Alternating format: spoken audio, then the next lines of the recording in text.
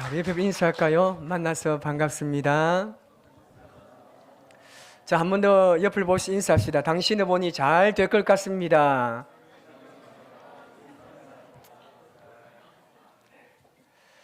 이제 완연한 이 봄 날씨가 된 것 같습니다. 여러분의 인생에 그리스도의 봄날이 항상 충만하시기를 주님의 이름으로 축복합니다. 우리는 그동안 우리에게 일어났던 수많은 일들을 한번 돌아볼 필요가 있습니다. 이것은 과거에 얽매이기 위한 것이 아니라 더 나은 삶을 위한 뒤돌아봄입니다.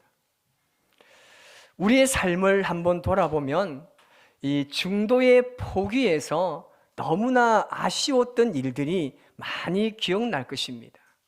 나름대로 하나님의 뜻이라고 여기고 열심히 계획들을 세우고 그렇게 몇 번을 시도했지만 중간에 포기해서 마지막까지 이루어진 일이 별로 없을 때 후회와 아쉬움이 들게 되는 겁니다.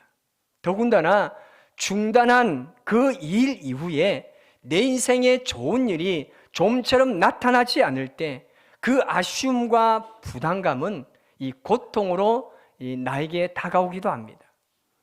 그러면서 우리는 자기 생각과 마음을 자책합니다. 나는 왜 이렇게 이 일들을 빨리 포기할까? 나에게는 정말 인내할 수 있는 것은 눈꼽만큼도 없을까? 정말 내 인생에 가망성이라는 이 단어가 존재할까라고 자신을 향해서 스스로 탄식하게 됩니다. 그러면서 나 자신을 세상에 홀로 던져버립니다. 극심한 외로움이 찾아옵니다. 우리에게 찾아오는 이 외로움은 우리 자신을 병들게 만듭니다. 나 홀로 이 세상에 남아있다고 생각하면 이 세상은요 정말 살아내기가 너무나 힘들 겁니다. 그런데 가만히 한번 생각해 보세요. 지금까지 우리가 인생을 살아오면서 포기했던 일들, 그로 인해서 찾아오는 좌절감과 이 패배의식은 내 인생의 귀한 자양분이 되었다는 사실을 우리는 발견할 수 있을 겁니다. 그런 수많은 과정을 통해서 지금 우리가 이 자리에 있을 수 있는 겁니다.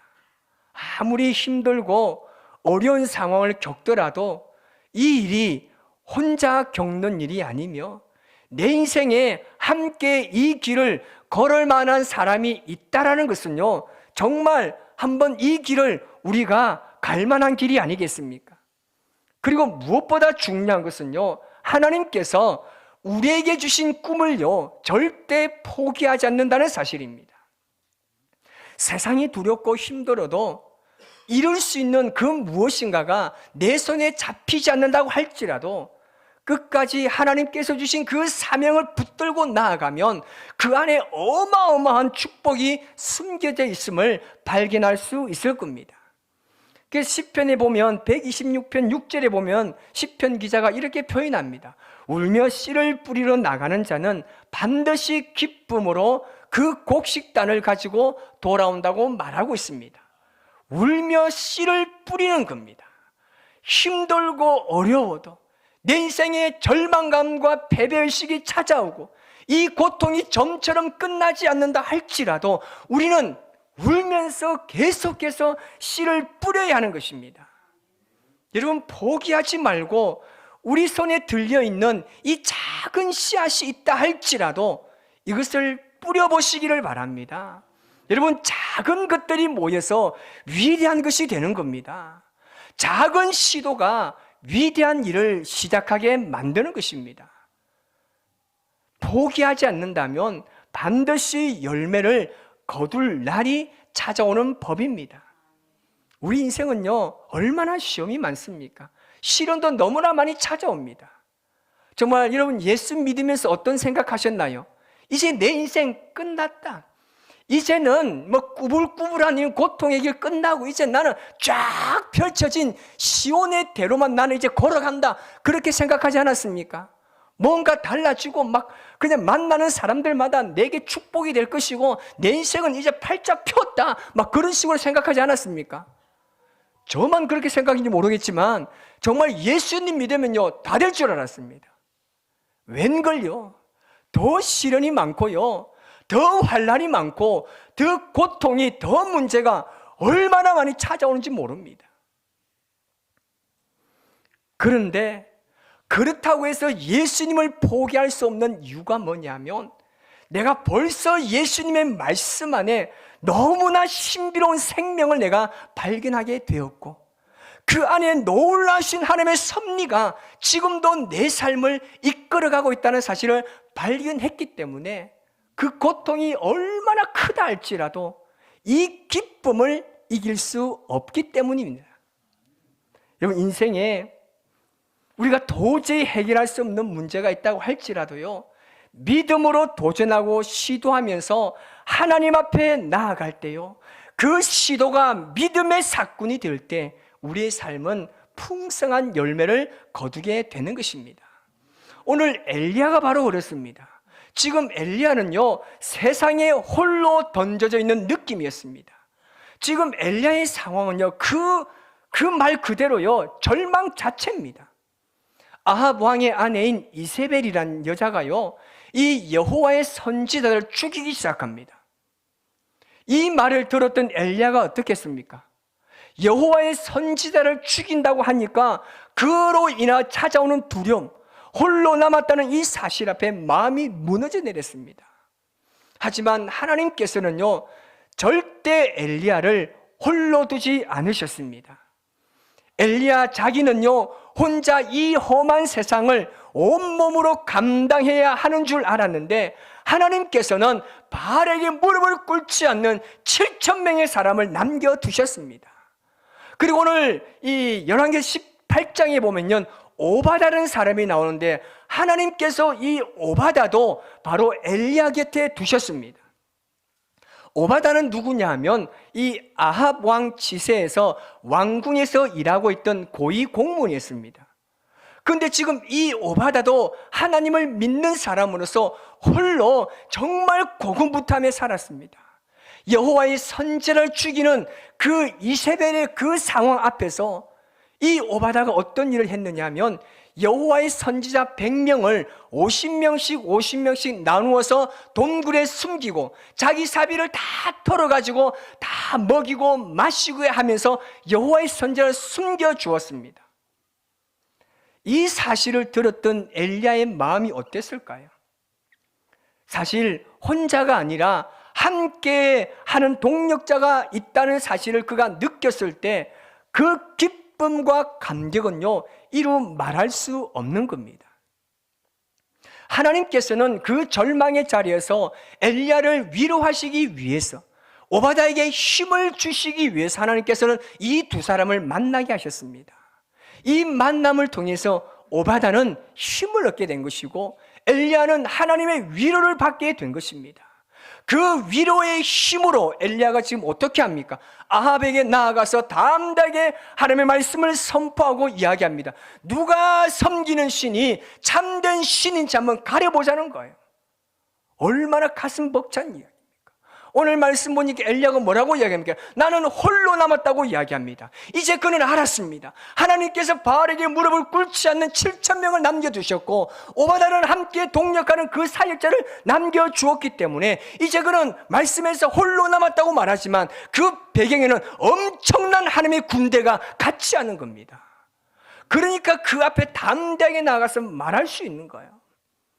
여러분, 이 사건은요 엘리야가 자신의 가치를 세상에 두지 않고, 그리고 주변 사람들의 소리에 자신의 가치관을 평가하지 않은 사건입니다. 엘리야는 오로지 하나님에게만 자신의 가치를 두고 있는 사건입니다. 여러분, 만약에 지금 우리가 지금 이 현장에 그 자리에 있다라고 가정 한번 해보십시오. 지금 나는 엘리야입니다. 여러분, 가정을 한번 해보십시오. 지금 바알 선지자 450명과 아세라 선지자 400명이 모여 있습니다. 그리고 그와 함께하는 수많은 사람들이 그 주변에서 뭐라고 이야기했습니까? 정말 지금 저 엘리야 저 지금 살짝 맛이 간 거 아니냐고. 정말 엘리야 골 때린다고. 어떻게 저렇게 판단할 수 있을까? 우리는 850명이고 그를 섬기고 주위에 사람들이 엄청나게 많은데 자기 혼자 도대체 뭘 한다고 저렇게 하느냐? 그렇게 평가하지 않겠습니까? 여러분, 그런데 엘리야는요 주변의 시선을요 중요하게 여기지 않았습니다. 우리는 가만히 보면요, 우리 주변에 있는 사람들을 보면요, 유난히 사람의 의식을 굉장히 많이 하는 사람이 있는 반면에 그 다른 사람의 그 시선을 의식하지 않는 사람이 있습니다. 남의 생각을 의식하는 문제는요, 개인의 차이가 있을 수 있습니다. 가령 칭찬을 받아야 자신의 가치를 느끼는 사람에게 타인의 평가는요, 나에게 너무나도 중요하게 작용합니다. 그래서 남이 나를 나쁘게 평가하게 되면요, 나는 나 자신을 가치 있는 사람으로 보지 않습니다. 그 평가로 인해서 내 스스로 굉장히 자존감도 낮아지고 굉장히 불안한 인생을 살 수밖에 없습니다. 이런 사람은요, 감정의 기복이 굉장히 심합니다. 다른 사람에게 어떻게 보이느냐가 마음 상태에 직접적인 영향을 미치기 때문에 그렇습니다. 엘리야는 어떤 사람입니까? 자신의 가치는요, 다른 사람이 어떻게 생각하고 어떻게 말하고 어떻게 평가하느냐에 따라 달라지지 않았습니다. 남의 평가에 절대 흔들리지 않았습니다. 지금 절대 다수가 엘리야 반대편에 서 있는 사람이었지만 그는 절대 이 궁중 심리에 흔들리지 않고 요동하지 않았습니다. 프랑스의 철학자이자 정신분석학자인 자크 랑캉이라는 분이 있는데요, 그가 남긴 굉장히 유명한 말 중에 이런 말이 있습니다. 인간은 이 타자의 욕망을 욕망한다라는 말이 있습니다. 이 어렵게 들릴 수 있겠지만 사실 이 말은요, 인간의 헛되고 헛된 궁중 심리를 빗대어서 한 말입니다. 인간은 스스로 자기가 원하는 것을 욕망하는 것처럼 보이지만 자신이 진짜 무엇을 원하는지 진지하게 생각해 보면 자신이 원하는 것을 잘 모르고 그냥 무턱대고 욕망하는 사람이 많다는 겁니다. 자신이 진짜 원하는 것을 따라가는 것이 아니라 다른 사람이 원하는 것을 마치 내가 원하는 것처럼 착각하고 따라가는 사람이 많다는 겁니다. 예를 들면 그렇습니다. 어떤 사람이 아주 고급 자동차를 소유하고 있습니다. 사실 그런데 나에게 그런 고가의 자동차는 필요하지 않습니다. 하지만 다른 사람들이 좋은 자동차를 가지고 있기 때문에 나도 가지고 싶어 하는 것, 이것이 타자를 욕망하는 욕망입니다. 나는 내 자녀를요, 그렇게 유별나게 공부시키고 싶지 않습니다. 우리 자녀도 그렇게 유별나게 공부하기 별로 싫어합니다. 그런데 주변에 학부모를 보니까 여러 곳에 학원을 보내고 유명한 과외 선생님 붙여서 공부시킵니다. 그러면 나도 그렇게 해야 되겠다는 생각, 그 생각하는 것이 나의 욕망이 아닌 타인의 욕망을 욕망하는 것이라는 겁니다. 그렇게 하다 보면요, 자기도 모르게 다른 사람이 좋아하는 것과 내가 정말 좋아하는 것이 무엇인지를 구별하지 못하게 되는 겁니다. 그러면 뒤죽박죽 어리석은 삶을 살게 되는 겁니다. 지금 이 바알의 선지자와 아세라의 선지자들, 그들을 동조하는 사람들이 바로 이런 류의 사람들입니다. 그래서 엘리야가 그들에게 뭐라고 이야기합니까? 21절 말씀 보면 이렇게 이야기합니다. 같이 있습니다. 엘리야가 모든 백성에게 가까이 나아가 이르되 너희가 어느 때까지 둘 사이에 머뭇머뭇하려느냐. 머뭇거리지 말라는 겁니다. 하나님을 섬기려면 하나님 섬겨라. 아니면 바알을 섬기려면 바알을 섬겨라. 백성들이 어떻게 합니까? 아무 대답도 하지 못하고 머뭇거립니다.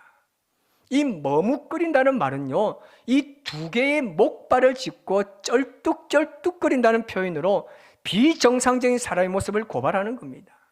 사실 이 머뭇거림이 이스라엘 백성들에게는 올무가 되었습니다. 여러분, 우리는 어떤 일을 함에 있어서 머뭇거리지 말아야 합니다.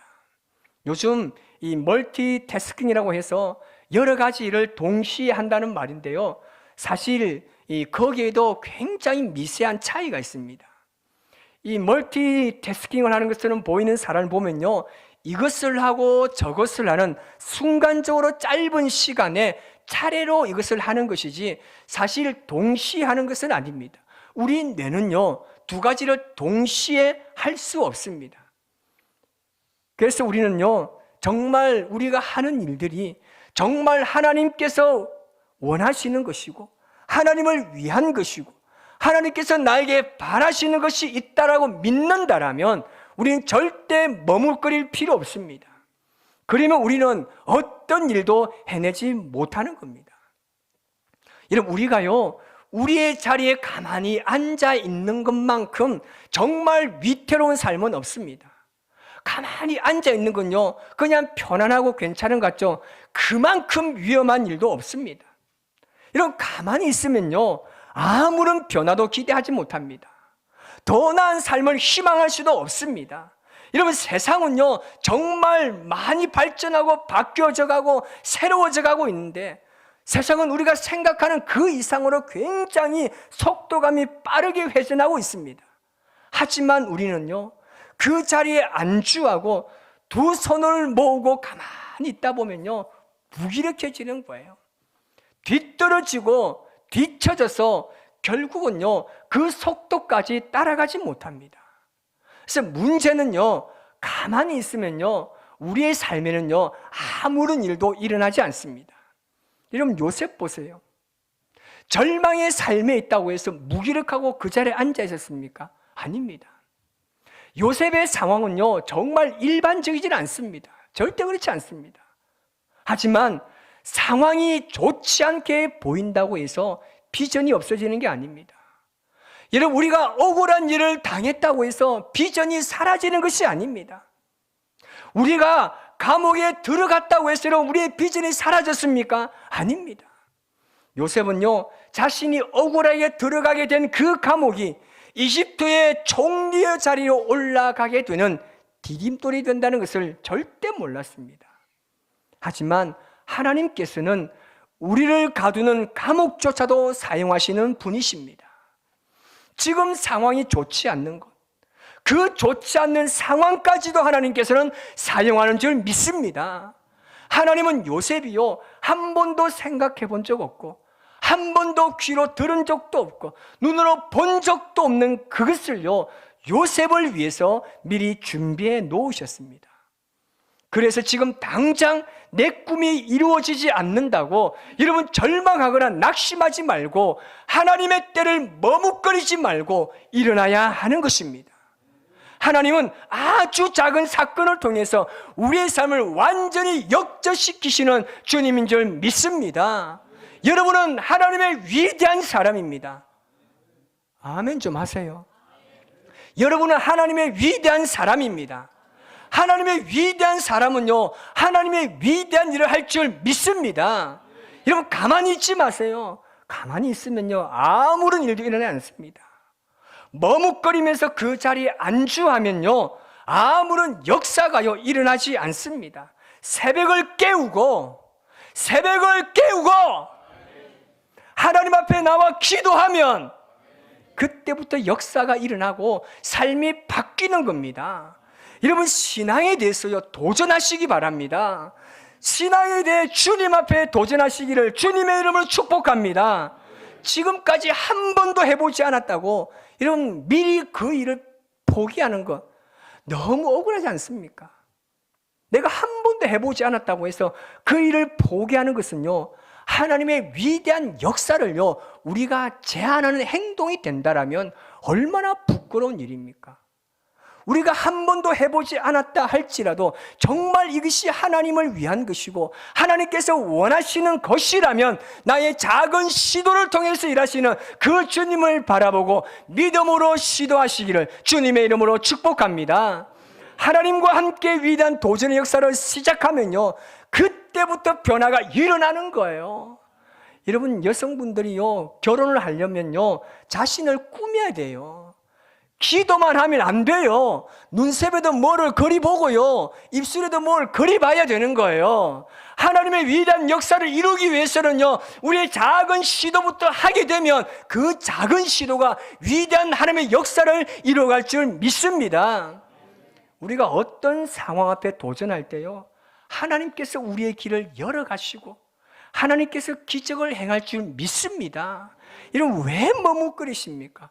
왜 도전하지 못하고 왜 일어나지 않습니까? 세상의 가치관을 두려워하기 때문입니다. 이 시대에 하나님을 믿는 그리스도인들이 하나님 앞에 바로 서지 못하게 되는 이 머뭇거림은요, 세상적인 가치관이라고 말할 수 있습니다. 세상의 가치관에 따르지 않으면 뭔가 내가 낙오될 것 같아요. 거기에 대한 두려움, 세상 사람들에게 내 신앙을 표현하면 나를 이상한 사람으로 낙인 찍힐 것 같은 소외감, 이 두려움에서 벗어나시기를 바랍니다. 우리는 더 이상 세상의 가치관의 이 산에서요 내려와야 합니다. 세상적인 가치관은요, 이 시대를 사는 그리스도인들에게 하나님 앞에 머뭇머뭇하게 하는 바알과 같은 존재입니다. 엘리야가 바알 선지자들에게 던진 이 질문이요, 오늘 우리에게 던진 질문입니다. 너희가 어느 때까지 머뭇하려느냐? 엘리야가 오늘 우리에게 던지는 도전의 메시지입니다. 하나님과 우상 사이에서 머뭇거리는 이스라엘 백성들의 모습에서 벗어나야 합니다.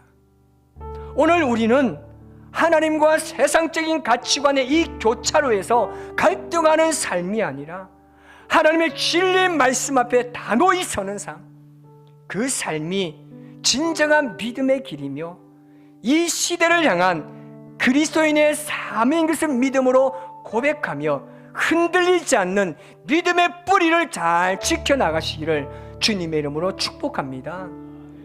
이번 한 주간 하나님을 향하여서 여러분의 신앙을 도전해 보시기 바랍니다.